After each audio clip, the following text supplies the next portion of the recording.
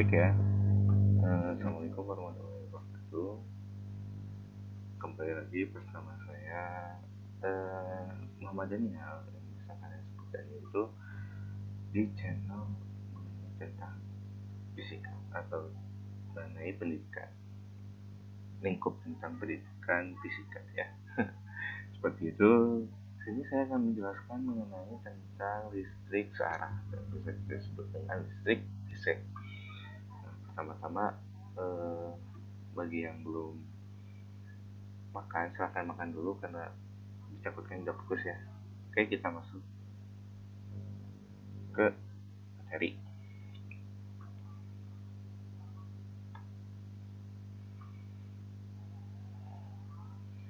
Kita akan menjelaskan tentang pengertian listrik arah.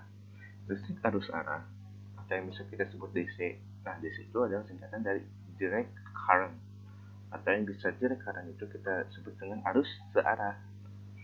Merupakan aliran elektron dari suatu titik yang energi potensialnya tinggi menuju energi potensialnya rendah.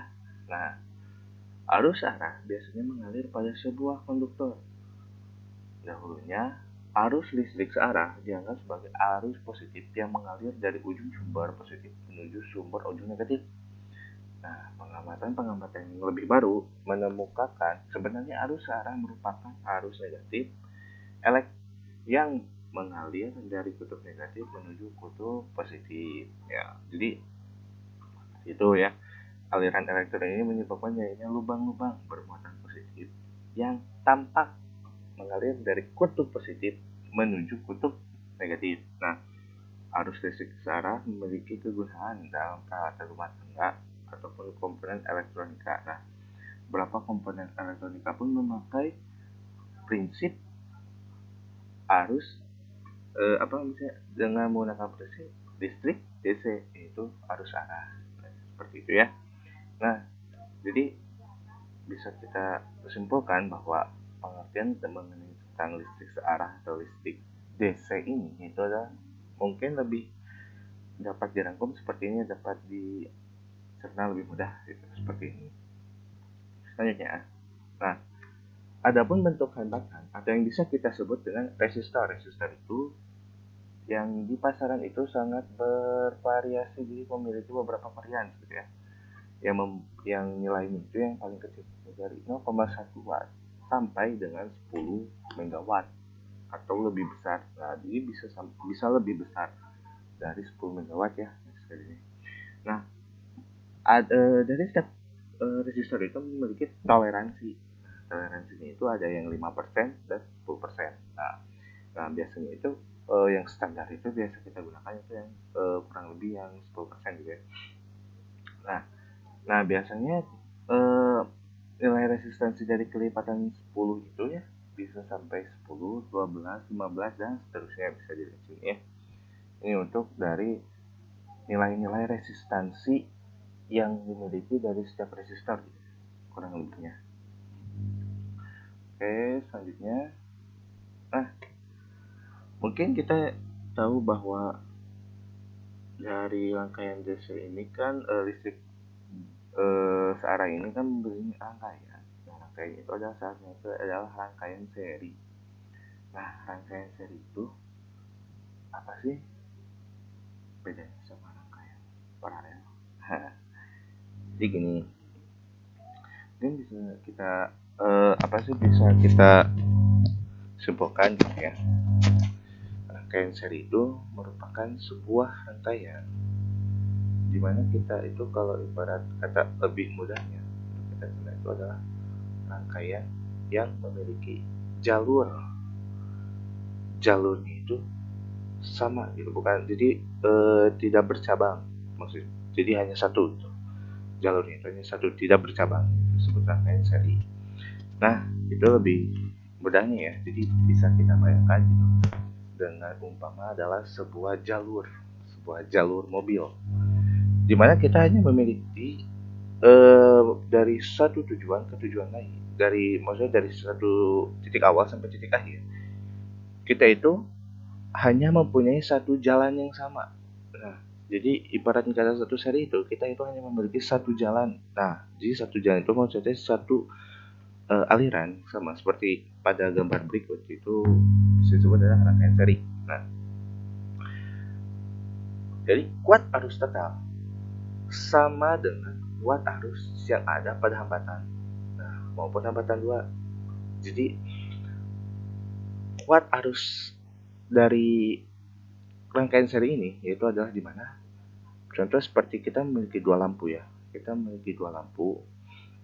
Nah, lampu ini adalah hambatan ya, memiliki sebuah hambatan setiap lampu itu, maka kuat arus dari lampu satu itu sama dengan kuat arus pada lampu 2. Nah, begitupun seterusnya. Kita memiliki 3, maka kuat arus yang 1, 2, 3 sama seterusnya seperti itu ya. Nah, di sisi lain, tegangan yang mengalir dari hambatan 1 tidak sama dengan yang ada di hambatan 2. Jadi tegangan tiap lampu itu berbeda-beda ya. Nah, akan tetapi seluruh tegangan yang ada di hambatan pada rangkaian dijumlahkan, hasilnya akan sama dengan tegangan yang ada pada sumber. Jadi mungkin tegangan hambatan pada lampu tiap lampu itu berbeda. Cuman ketika kita menambahkan ataupun alirannya itu akan sama gitu. Tegangan totalnya itu akan sama dari awal sampai akhir gitu. Mungkin dalam lebih sederhananya itu ya. Jadi ketika kita itu mempunyai tegangan awal 12 volt, dia akan mengalir pada suatu lampu pertama. Nah, kepada lampu kedua dan seterusnya itu tidak sama gitu tegangannya. Dari lampu 1, lampu 2, lampu 3 itu tidak sama. Namun ketika kita mencapai titik akhir, tegangan totalnya itu akan kembali 12 seperti itu. Nah, jadi sehingga hambatan total sama dengan jumlah dari seluruh hambatan pada ada rangkaian. Nah, jadi hambatannya itu kan, jadi contoh pada lampu pertama, lampu kedua itu hambatannya itu mungkin berbeda-beda gitu ya. Nah, setiap lampu itu mempunyai tingkat resistansi yang tidak sama gitu. Jadi mungkin pada titik ini pada lampu 1 dan pada lampu 2 itu memiliki hambatan yang berbeda. Tetapi hambatan total dari keduanya itu bisa kita jumlahkan dengan jumlah lampu yang ada gitu. Jadi contoh kayak 2 lampu, maka otomatis R1 dan R2. Nah, ini rangkaian seri ya, secara sederhana. Nah, selanjutnya itu adalah di sini kita menjelaskan mengenai dari kelebihan dari rangkaian seri ya, rangkaian seri. Pertama, lebih hemat kabel. Ya, benar. Karena tidak memiliki cabang dan disusun secara berurutan begitu, maka pasti penggunaan kabel menjadi lebih hemat. Nah, betul ya. Jadi kan seperti yang tadi dibilang gitu ya, bahwa rangkaian seri ini itu tidak memiliki cabang, ataupun kalau tadi saya bilang itu jalannya itu hanya satu. Jadi lebih hemat kabel, lebih hemat penggunaan kabel. Nah, ini itu cocok untuk seperti kita contoh ya, anak-anak kos gitu yang hanya memiliki lingkup mungkin hanya satu kamar gitu. Satu kamar itu ya, itu lebih cocok menggunakan rangkaian seri ya, gak usah pakai rangkaian paralel. Nah, yang kedua adalah hemat daya. Nah, selain dari hemat kabel, bisa menghemat daya bila kamu menggunakan sumber listrik berupa baterai, maka ini bisa bertahan lama. Nah, contoh kita menggunakan token ya. Nah, ketika kita menggunakan token, kita itu menggunakan rangkaian seri gitu ya di kosan kita, maka hemat listriknya itu lebih lama dibandingkan ketika kita menggunakan paralel gitu. Tapi kelas paralel apa gitu ya, mungkin kita lebih seri gitu, rata-rata kan hanya paling menggunakan satu kamar saja gitu. Terus yang selanjutnya itu ya hemat saklar ya, jadi karena mungkin itu pada satu jalur, contoh kita memiliki 4 lampu dan 4 2 lampu 1 2 gitu ya, yang ada di contoh di kamar gitu 2 lampu. Nah, kita gak perlu pakai rangkaian paralel ya, karena mungkin berpikir pada satu kamar gitu ya. Jadi kita hanya menggunakan rangkaian seri, yaitu ketika kita mematikan menggunakan saklar gitu, maka kedua lampu akan mati. Ataupun menghidupkannya, kedua lampu akan nyala gitu. Jadi lebih hemat saklar gitu menggunakan rangkaian seri. Oke, selanjutnya, nah selain dari kelebihan, rangkaian seri ini pun memiliki kekurangan. Nah, apa saja kekurangannya? Nah, pertama itu bila satu resistor mati, maka seluruh resistor yang ada di tersebut akan mati. Jadi seperti ini ya. Contoh kita itu di kamar itu memiliki 3 lampu. Jangan 3 lampu, ya 3 lampu lah, 3 lampu. Nah, ketika 3 lampu itu salah satu lampunya itu yang dekat dengan saklar itu, maksudnya jadi resistor pertama yang dekat dengan saklar itu mati. Nah, otomatis selanjutnya yaitu lampu kedua dan ketiga pun akan mati. Kenapa? Karena seperti ini ibarat kata yang tadi saya bilang ya. Ketika memiliki satu jalur, nah jalur awal terpotong, maka tidak ada jalan untuk meneruskan ibarat kata mah, jadi tidak ada jalan. Jadi udah berakhir aja di situ. Jadi listriknya itu gak bisa maju gitu karena emang ada resistornya itu rusak gitu si lampunya yang pertama tuh, jadi tidak bisa melanjutkan. Maupun yang kedua, ketika ada kerusakan di lampu kedua, maka lampu ketiga itu tidak dapat menyala ya, seperti tadi saya bilang ya. Nah, terus yang kedua itu terang dari pijar lampu tidak sama. Nah, yang tadi dijelaskan itu ya, tegangannya itu kan tidak sama, otomatis terang lampunya pun tidak akan sama. Nah, terang lampunya itu tidak akan sama. Jadi ketika lampu pertama dan lampu kedua, lampu ketiga itu tidak sama terangnya. Mungkin lampu pertama itu terang, lampu kedua itu lumayan terang, lampu ketiga itu agak redup. Nah, karena seperti itu kinerja dari rangkaian seri sendiri itu ya satu kelemahannya. Nah, yang ketiga itu kurang cocok untuk penggunaan skala besar. Nah, jadi penggunaan rangkaian seri ini tidak cocok untuk di rumah. Maksudnya tidak cocok di rumah, jadi tidak cocok untuk satu rumah itu menggunakan rangkaian seri. Itu tidak cocok. Contohnya saja seperti ketika ada kerusakan pada hambatan tadi yang dijelaskan, maka berdampak pada seluruh lampu. Maka tidak cocok untuk dalam penggunaan skala besar. Paling cocok itu ketika pada satu ruangan itu dapat menggunakan rangkaian seri. Nah itu ya penjelasan singkatnya. Terus yang kedua, kita akan menjelaskan mengenai rangkaian paralel. Nah, apa sih rangkaian paralel? Rangkaian paralel itu merupakan ini ya, ibarat kata cabang, jadi rangkaian yang memiliki cabang gitu ya, sederhananya. Apa sih maksudnya itu? Nah, maksudnya itu kayak gini ya. Kita itu kayak tadi punya jalan. Oh, kita itu bingung ya menuju titik akhir. Tapi menuju titik akhir ini kita ada memiliki beberapa jalan. Tak. Nah, itu jadi ibaratkan kata rangkaian paralel itu memiliki beberapa cabang. Jadi lebih dari satu cabang, bisa 2, bisa 3, bahkan lebih gitu. Nah, itu disebut rangkaian paralel. Nah, aliran pertama akan masuk ke hambatan pertama. Nah, ketika sudah naik akan mengalir pada hambatan kedua dan seterusnya. Tuh, alhasil kuat aliran listriknya itu jadi berbeda. Nah, kuat arusnya itu berbeda gitu, berbeda-beda.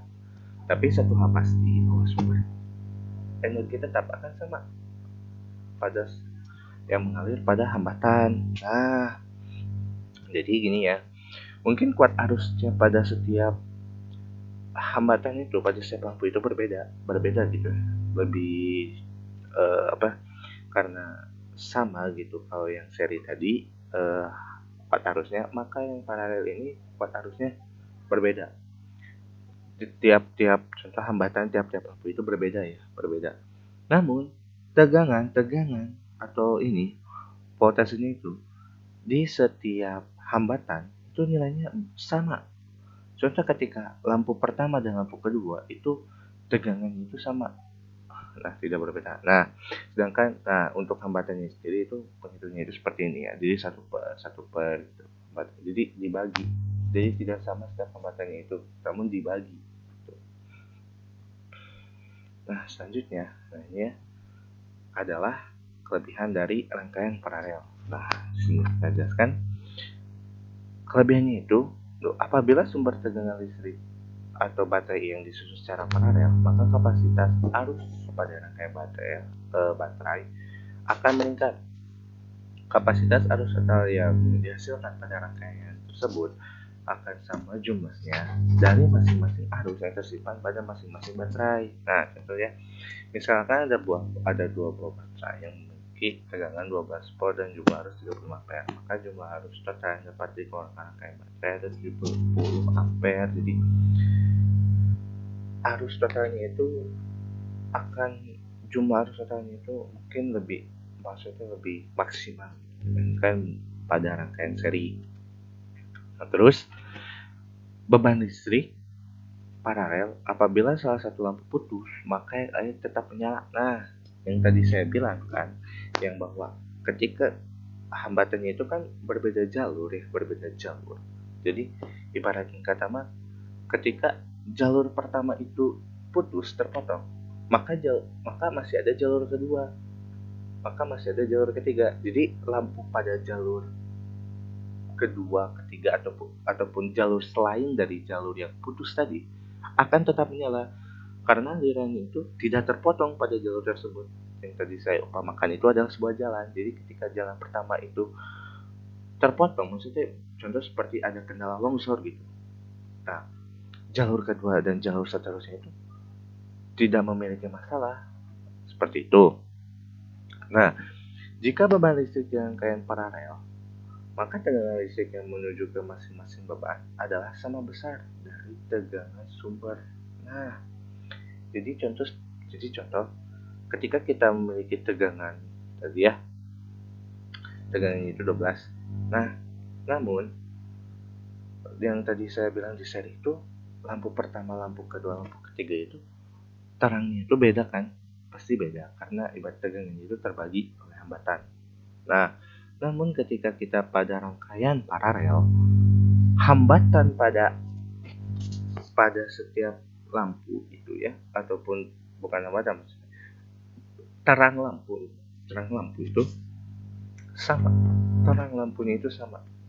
Jadi karena tegangan yang diberikan pada masing-masing lampu itu tidak terhalang oleh hambatan atau resistansi yang ada pada tiap lampu. Jadi karena berbeda jalur tadi, nah maka tidak maka terangnya itu akan sama. Nah, kita melihat dari beberapa kelebihannya. Nah, dari kelebihan kita ada kekurangan dari rangkaian paralel. Nah, kurangannya itu adalah beban listriknya disusun secara paralel tahanan yang berbeda, maka arus listrik yang mengalir ke masing-masing kelistrikan menjadi tidak sama besar. Nah, jadi disusunnya itu secara paralel, maka ketahanannya itu harus sama. Jadi apabila tidak gitu, maka arus listrik itu tidak akan sama ketika menuju ke masing-masing hambatan, gitu ya.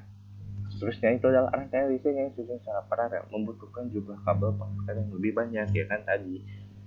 Karena memang memiliki cabang, otomatis kabel yang dibutuhkan untuk penyusunnya pun lebih banyak itu dibandingkan pada rangkaian seri yang hanya menggunakan satu cabang. Terus selanjutnya adalah karena jumlah kabel pengantar yang digunakan lebih banyak, maka biaya pembuatan akan lebih mahal. Itu biaya pembuatannya itu akan lebih mahal dibandingkan dari rangkaian seri, karena pertama memang kabel yang dibutuhkan itu lebih banyak gitu dibandingkan rangkaian seri, maka pembuatannya itu pun akan lebih membutuhkan biaya lebih besar. Hanya saja rangkaian paralel ini cocok untuk skala besar gitu ya. Jadi seperti kita pada rumah itu, contoh kita ruang tengah, kamar, dapur dengan kamar mandi itu menggunakan sistem paralel. Karena bila kita menggunakan sistem seri, maka yang tadi dibilang adalah nyala lampu yang tidak sama, dan juga ketika memiliki kerusakan pada salah satu lampu, maka akan berdampak ke yang lain. Seperti itu. Jadi keuntungan paralel sendiri adalah seperti itu, lebih bisa menggunakan pada skala besar, namun ya biayanya sendiri yang lebih mahal ya, memang seperti itu ya. Itu saja penjelasan mengenai listrik DC, itu yang masih sederhana, itu mengenai tentang rangkaian seri paralel gitu ya. Di video selanjutnya kita akan menjelaskan nanti mungkin tentang penjelasan hukum Ohm dan Kirchhoff berhubungan dengan kelistrikan. So, terima kasih. Jangan lupa untuk tetap pada channel ini, untuk tetap perhatikan channel ini. Yo, terima kasih, stay tune, dan assalamualaikum warahmatullahi wabarakatuh.